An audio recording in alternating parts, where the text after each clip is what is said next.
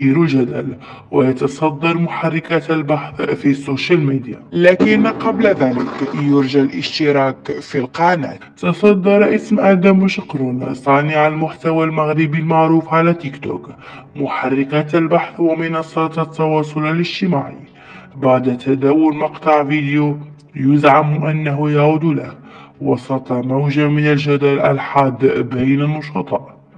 آدم شكر هو شاب مغربي ولد في مدينة طنجة سنة 2006، وبرز اسمه بشكل لافت في الساحة الرقمية خلال الأعوام الأخيرة، خصوصا عبر تطبيق تيك توك، حيث اشتهر بمقاطع الفيديو الجريئة والمثيرة للجدل التي غالبا ما تنطوي على إطلالات غير معتادة وخارجة عن المألوف.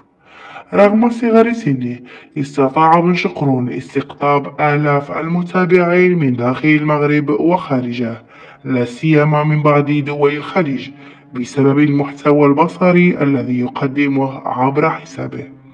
كما ظهر مرارا برفقة والدته قبل أن تتداول وسائل الإعلام تصريحات منسوبة لها تعلن فيها التبرؤ منه بسبب توجهاته المثلية.